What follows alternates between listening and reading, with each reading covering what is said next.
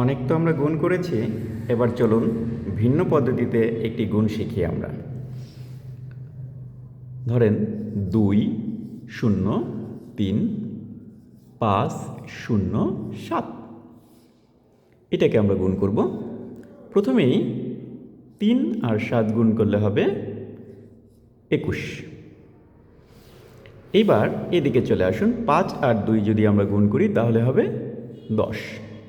এবার যদি আমরা 5 আর 3 এইভাবে গুণ করি তাহলে হবে 3 5 15। আবার যদি 7 আর 2 এইখান থেকে গুণ করি তাহলে 7 দুগুণে হবে 14।